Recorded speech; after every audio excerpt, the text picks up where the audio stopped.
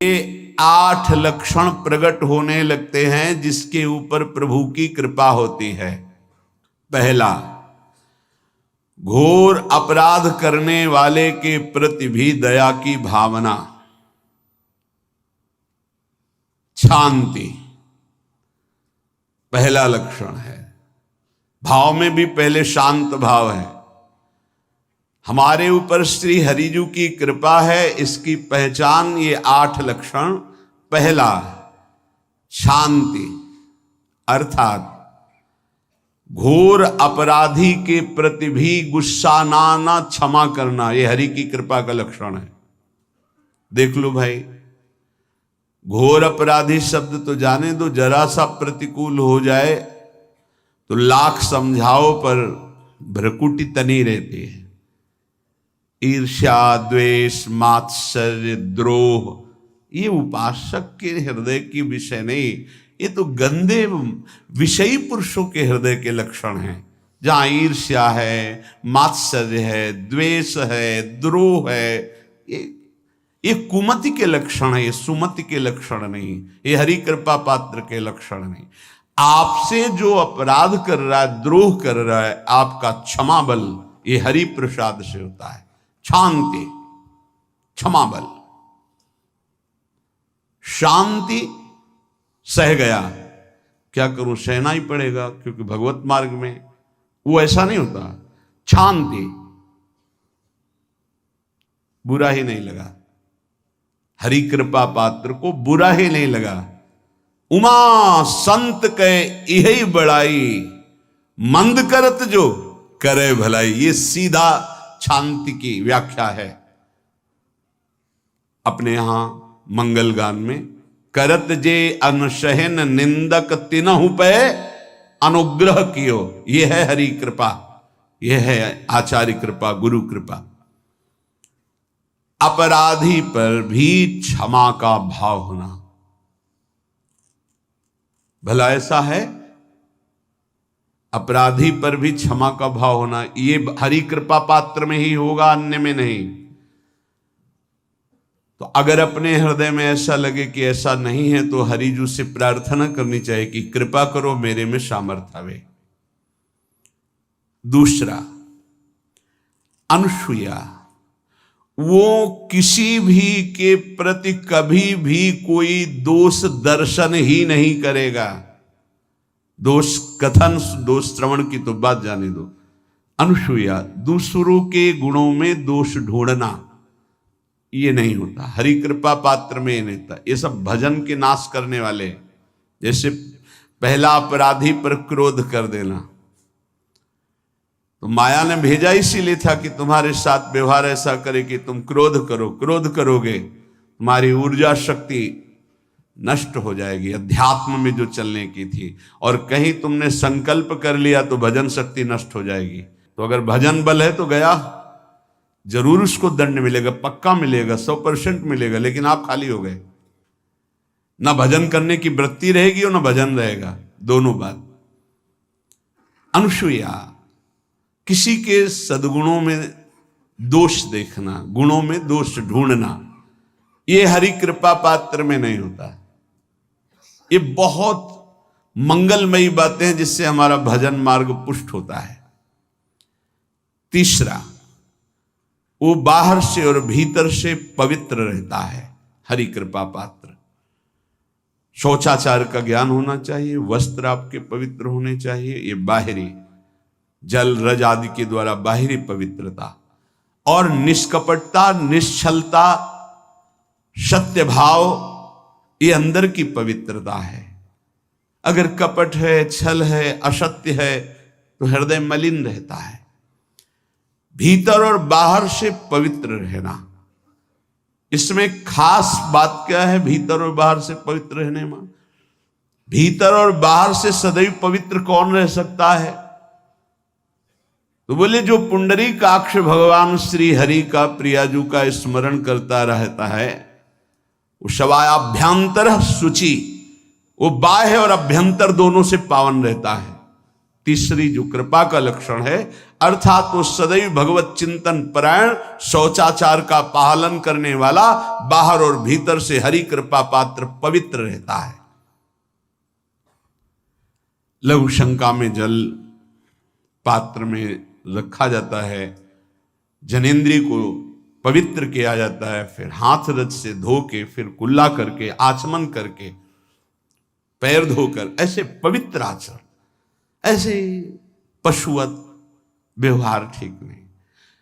कुछ लोग ऐसी गलती करते हैं कि जिसमें शौच हुआ जाता है उसी में बैठकर लघु शंका करते, तो सारे वस्त्र, पूरा शरीर अपवित्र हो गया आपका।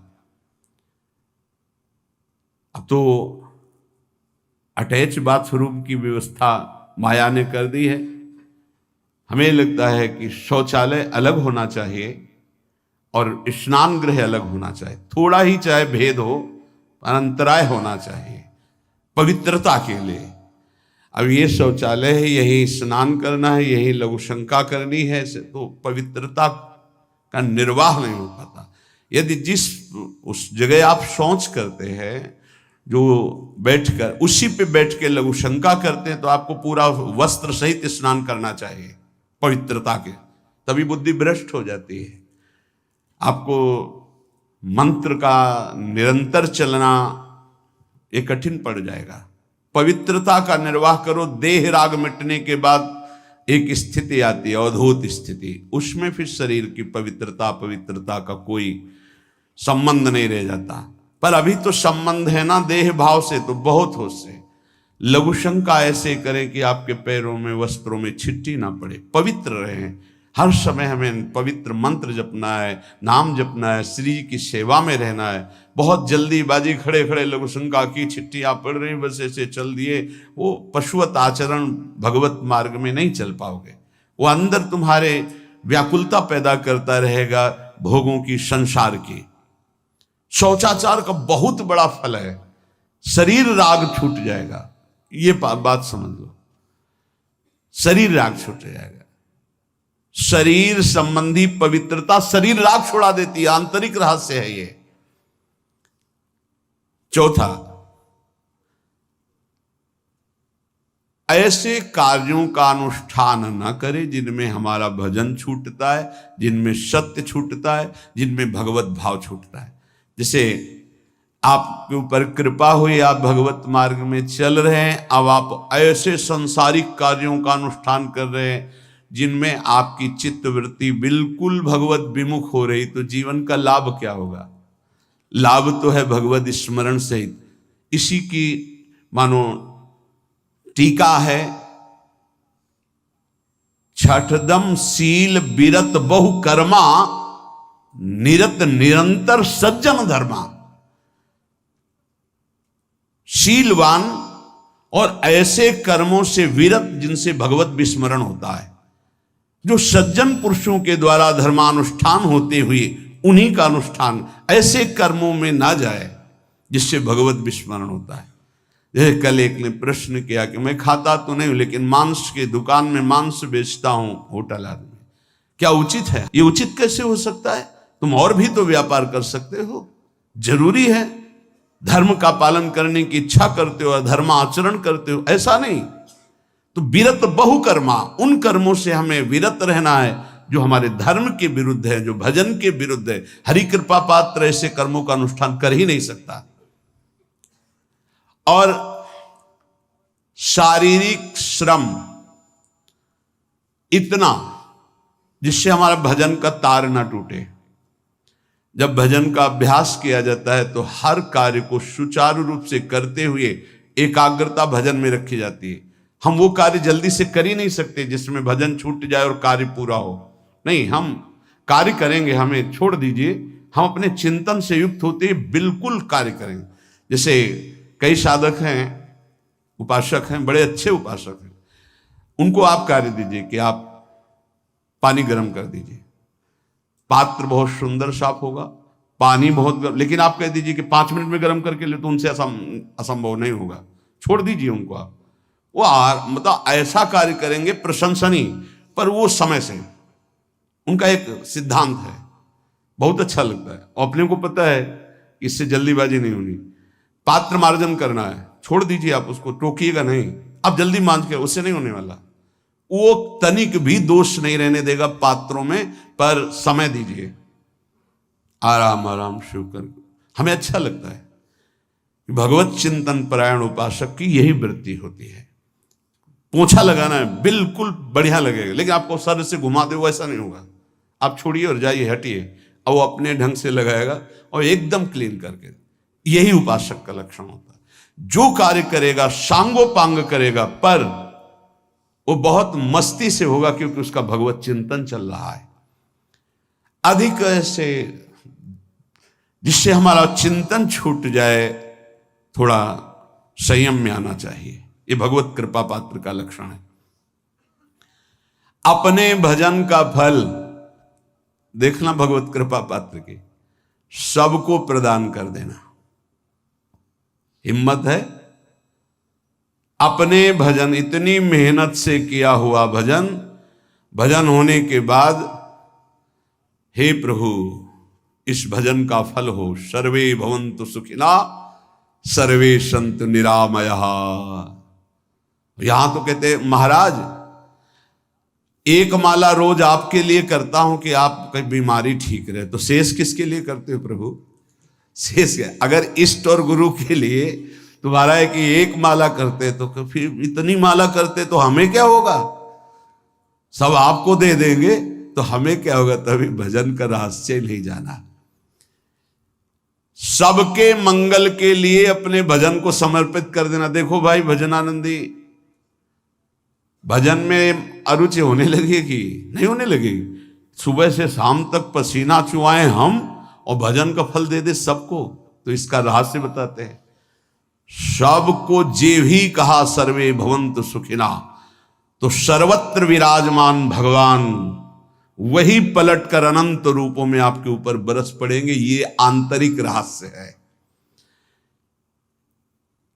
हमने जो भजन किया वो एक सीमा में था, और जब हमने संपूर्ण विश्व को दे दिया तो असीम बनकर वापस हुआ। ये भाव न समझ में, अगर ये भाव न कहे तो एकदम लगे हम अपना भजन क्यों दे दें सबको। उस सर्वात्मा में विराजमान जो हमारा प्रभु है, उसी को समर्पित कर। सर्वे भवन्तु सुखिना, तो वो सब पलटकर सब जगह से वापस आया, सबका आशीर्वाद आया और वो महान बनता चला गया। ये लाभ है, आंतरिक लाभ है। अगर तुम्हारा भाव ऐसा न बनता हो तो आप प्रभु को तो अर्पित करते ही है ना, तो वही प्रभु सब में विराजमान है। ऐसा भाव करके सर्वात्म स्वरूप भगवान को हमारा भजन समर्पित है। सब रूपों में प्रभु विराजमान है।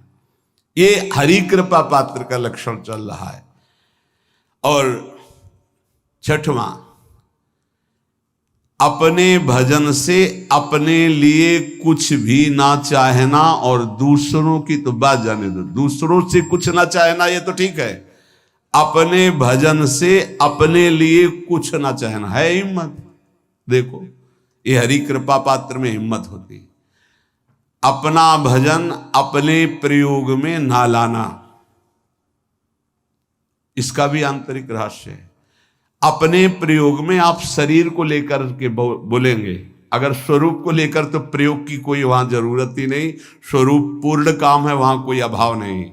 जब आप कोई भाव अपने लिए करेंगे तो देह भाव होगा। देह भाव से किसी विषय की मांग होगी। विषय पूर्ति भजन का फल नहीं होता, भजन का फल होता विषय निवृत्ति। बहुत जोर की बात है, कैसे समझ में आए? अपने भजन का भी फल अपने लिए नहीं, दूसरों से कुछ चाह रखना तो बात ही जाने दो। भजन से भी कोई अन्य सुख की चाह नहीं हुई। क्या चाहिए? भजन ही बनता रहे, भजन का फल भजन बनता रहे, खूब निरंतर जप करते रहे। सातवां, किसी भी मान सम्मान कीर्ति पद प्रतिष्ठा के मिलने पर हृदय का असंतुष्ट हो जाना, यह हरि कृपा पात्र का लक्षण होता है। प्रणाम नमस्कार जय हो तो हृदय में असंतुष्ट हो जाना चाहिए। कोई किंचन मात्र अभिमान न उदय हो जाए। प्रभु बचाओ, ये माया की चकाचौंध से बचा लो नाथ। कौन सा अपराध बन गया कि आपकी जय की जगह यहां हमको ऐसा सुनना पड़े। जैसे एक बार महापुरुष जन कह रहे थे कि जब गुरुजन बड़ाई करने लगे सामने शिष्य की, तो उसको ग्रीवा झुका लेनी चाहिए और पश्चाताप करना चाहिए कि कोई गलती हो गई, आज हमारे गुरुजी ने हमारी बड़ाई कैसे कर दी, इसका मतलब कोई दोष बन गया, कोई गलती हो गई, और प्रार्थना करना चाहिए कि क्षमा कीजिएगा महाराज, अगर कोई गलती हो तो दंड दीजिएगा, लेकिन ये दंड मत दीजिएगा कि आप हमारी प्रशंसा कर रहे हैं। भगवान, इससे बड़ा और कोई दंड नहीं हो, ऐसा महसूस होना चाहिए। सम्मानम कलयाति घोर गरलम, ये हरि कृपा पात्र का लक्षण है। नीचापमानम सुधा, नीच पुरुषों द्वारा किया हुआ अपमान अमृत के समान लगे और सम्मान विष के समान लगे। मान प्रतिष्ठा कीर्ति जिसके लिए बड़े बड़े लालायित रहते, हरि कृपा पात्र को विष की तरह चुभती है। और 8वां, किसी भी प्राणी समुदाय से संबंध ना रखते हुए सब पर दया की भावना, सब पर कृपा की भावना, सब पर करुणा मैत्री, पर किसी से ममता नहीं। ये सूत्र बहुत व्यवहार में प्रयोग करने योग्य है। सबसे करुणा और मैत्री, पर किसी से ममता नहीं। करुणा तो करी भरत जी ने, मैत्री भी की मृग से, पर ममता रहित नहीं रहे। ममता कर ली तो अगला जन्म हिरण का हो गया। ममता नहीं रखनी। निर्ममो निरहंकारा, करुणा मैत्री तो करनी है, जैसे इसमें आदेश है, गीता में जी आदेश है, अद्वेष्टा सर्वभूतान मैत्रः करुणैव च, पर निर्ममो निरहंकारा, ये साधक की चतुरता है। प्राणी मात्र पर दया कृपा करुणा मैत्री, पर ममता नहीं। ममता किसी से, और यहां करुणा मैत्री ये तो गायब हो गई, केवल ममता रह गई है। अपने शरीर से ममता, शरीर संबंधियों से ममता, विषय भोगों से ममता, यही जहर है। संबंध में ये ममता ही जहर है, विचारों में अहंकार जहर है, कर्मों में ये आसक्ति जहर है। इसी जहर को मिटा दे तो जीवन मुक्त महापुरुष कर्म करते हुए, विषय सेवन करते हुए, वार्ता करते हुए, विचार करते हुए, बिल्कुल जहर रहित उसका जीवन हो गया। तो ये 8 बातें हरि कृपा पात्र में होती हैं, इनको बार बार सुनना, हृदय में धारण करना। जो भक्त होता है, हरि कृपा पात्र होता है, उसमें ये 5 बातें कभी नहीं जागृत होती, स्फुरित ही नहीं होती। पहला, किसी से ईर्ष्या, दूसरा किसी से घृणा, तीसरा किसी से भयभीत हो जाना, चौथा भजन सेवन नृत्य गायन आदि में लज्जा लगना, 5वां किसी की निंदा करना, ये नहीं होती। अब जो आगे वर्णन कर रहे हैं उसमें महापुरुषों की पहचान है। सिद्ध महापुरुष 3 प्रकार के होते हैं। एक होते हैं आचार्य कोटि के, सात्विक विचार वाले, एक होते हैं भ्रष्ट आचरण वाले, एक होते पिशाचाचरण वाले, और तीनों सिद्ध हैं। बहुत बड़े महापुरुष पूज्यपाद उड़िया बाबा जी हैं, वही रहस्य का प्रकाश कर सकते थे, अन्यथा बिना ब्रह्मबोध महापुरुष के ऐसा नहीं। तीनों सिद्ध हैं, तीनों भगवत प्राप्त है। सात्विक आचार वाले, जो आचार्य कोटि के होते हैं, एक एक अक्षर शास्त्र मर्यादा के अनुसार चलने वाले, जैसा शास्त्र कहता वैसा उनके आचरण में दिखाई देगा, और वो उससे सिद्ध भगवत प्राप्त महापुरुष हैं, पर उनके आचरण तस्मात् शास्त्रम प्रमाणम थे। दूसरे भ्रष्टाचार, ऐसों को पहचान पाना बहुत कठिन होगा। भेष मलिन आचरण मलिन, जैसे आप में कोई पुराना हो तो शायद जान पाएगा, भगवान दास नाम के एक संत इसी चौराहे पे रहते थे। ये जो चौराहा है, कभी नंगे पड़े रहते थे, कभी वो पा रहे उनके साथ कुत्ता पा रहा है, कभी नाली का पानी पी रहे हैं, और भगवत प्राप्त महापुरुष थे। इसकी पहचान स्वयं की। कोई चाय रखने गया, उठा के ईंट मार दी, गाली दे दी, दौड़ पड़े, पकड़ पाए तो 10-5 घूंसे थप्पड़ मार दिए, ऐसा उनका व्यवहार था। भ्रष्टाचार। हलवा कोई रख गया, खिचड़ी रख गया, कुत्ता खा रहा है, उसी के साथ वो खा रहे हैं। कभी गमछा लपेटे, कभी नंगे, सीधे प्रकृति का वार शरीर से सहते थे, बस चौराहे पे ही रहते थे। बहुत अगर गए तो ये राधा टीला है, बस इतना ही उनका था। राधा टीला से इधर, और इधर थोड़ा चढ़ाई जो है जहां पूज्य श्री चंद्रशेखर बाबा जी वास करते, उसके इधर, मतलब चौराहे के बस इतने में ही रहते थे। 12 महीना 20 साल उनको देखा। तो जब काशी से आए हुए थे तो उनको देखा तो उनकी दृष्टि से लगा कि ये स्थिति प्रज्ञ महापुरुष हैं, पर अपने को छुपाए हुए ऐसी लीला करें। पर उनके कुछ ऐसे आचरण थे जिनसे लगा कि इनकी, हमें लगता है, बुद्धि खराब है क्या, मतलब पागलपन का दौड़ा है क्या ऐसे। राधा रमन जी दर्शन करने गए तो जो पुंडरीक जी हैं इनके बाबा, वो उस समय थे, उनके पुत्र जो पुंडरीक जी के पिताजी, वो उनके सहायोग में, तो करुणा कृपा हुई उनकी, उन्होंने देखा। वो तो बाद में परिचय जाना उनका, हमें पता नहीं, तो बाद में परिचय। वो पीत वस्त्र धारण किए हुए वयोवृद्ध एकदम डलिया लाए, राधा रमन जी को निकाल करके अपने को प्रसाद मिला, तो सीधे राधा रमन जी की कृपा का अवलोकन करते हैं और परिक्रमा लगाना।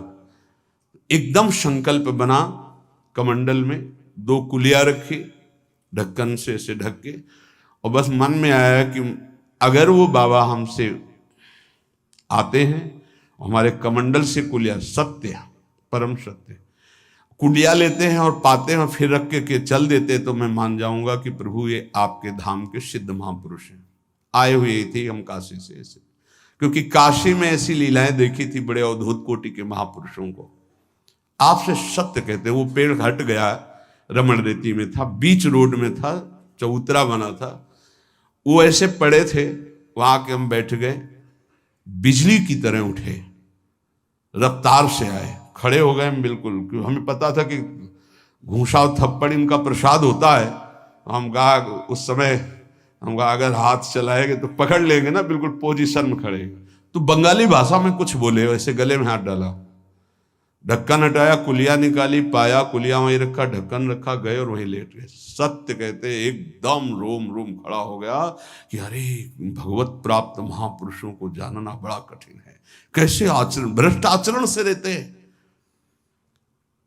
कभी दिगंबर, कभी गमछा लगा हुआ है, कभी कुत्ते के साथ खा रहे, कभी नाली का पानी पी रहे। पूज्य बाबा कह रहे आचरण मलिन, नाली या पैखाने का भी पानी पीने में उनको कोई भी परेशानी नहीं। गंदे जगह मलिन भाव से पड़े रहना, किंतु वृत्ति हर समय भगवदाकार रहना, भगवदाकार रहना। ये तीसरे, पिशाचाचार, गाली गलौज करना, ईंट पत्थर से मारना, हर मलिन चेष्टा बहुत कठिन है, बहुत कठिन है। ये सब देखने को मिला है भगवत कृपा से तीनों प्रकार के महापुरुषों का। वृंदावन में एक आगंतुक संत आए थे बाहर से, वो रात्रि में हर वृक्ष के नीचे खड़े रहते, पैर सूज गए थे, उनको कभी बैठे और लेटे नहीं देखा, खड़े रहते थे।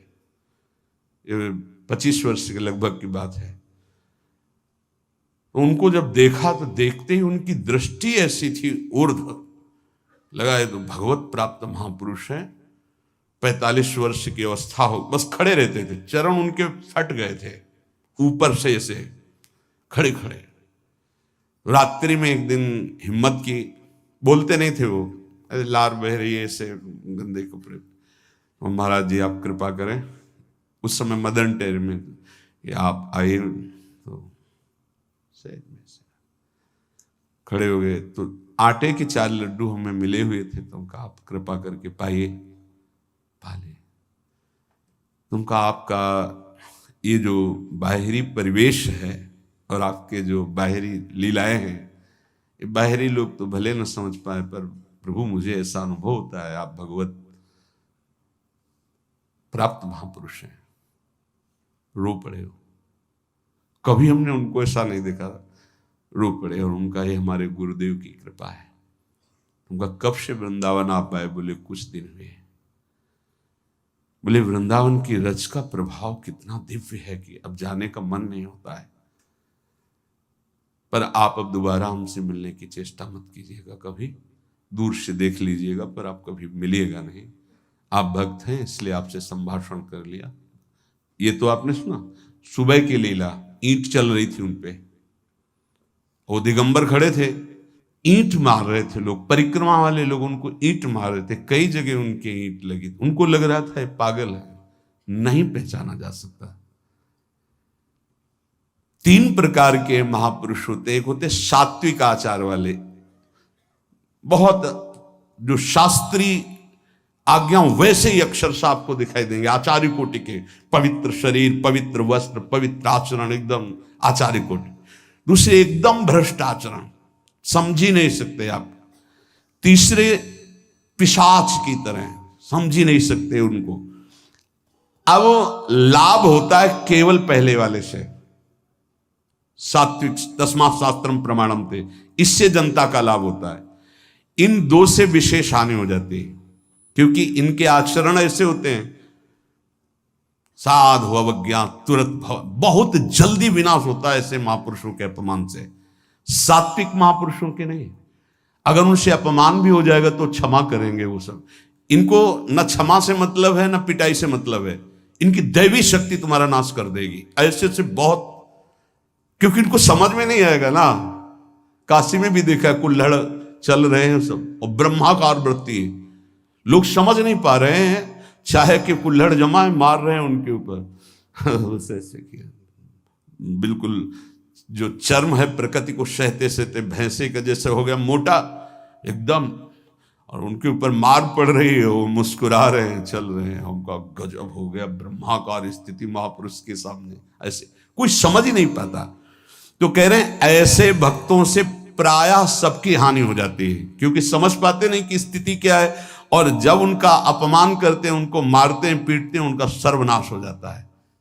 वो करते नहीं है, उनका प्रभाव कर देता है, पर सात्विक महापुरुषों से किसी का मंगल नहीं होता। इसलिए समाज का परम मंगल शास्त्र के द्वारा आचरण किए हुए जो सिद्ध महापुरुष हैं उनसे होता है। ये 2 प्रकार के महापुरुष जो होते हैं, कई तरह से हानि हो जाती है, आप समझ ही नहीं पाएंगे, आप अपमान कर देंगे, अनिष्ट हो जाएगा आपका, क्योंकि यहां ना क्षमा है न दंड है, दैवी शक्तियां उनकी सुरक्षा में लगी हुई, वो सर्वनाश कर देंगी।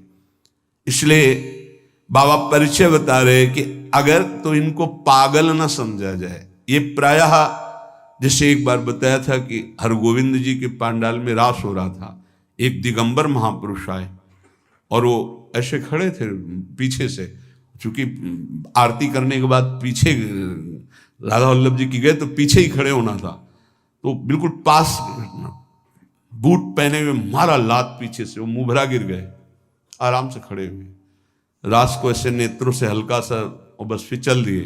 वो पीछे 10 बार लात मारता गया, वो मुड़ के नहीं देखा किसने मारा, पीछे पीछे हम 10 कदम चले। गजब हो गया, ऐसी स्थिति इस महापुरुष की, और ये बावरा जान नहीं रहा कि अपना सर्वनाश कर दिया हमने, और वो गजेंद्र की तरह मतवाले ऐसे फोगला की तरफ चल के निकले। कैसे समझोगे महापुरुषों को? बाहरी व्यवहार। अभी 10-12 वर्ष की बात है, यमुना के पार ऐसे खो करके रहते थे दिगंबर एक महात्मा, अब है कि नहीं मुझे पता नहीं, पहले यमुना किनारे जाते थे बैठने, तो बस वो चीखते थे, राजकुमारी राजकुमार राजकुमारी राजकुमार, यमुना पार से राजकुमारी राजकुमार। और ऐसे घास नोच नोच के जैसे गाय खाती है ऐसे खाते थे घास, और चिल्लाते क्या थे, राजकुमारी राजकुमार। किसको? प्रिया प्रीतम।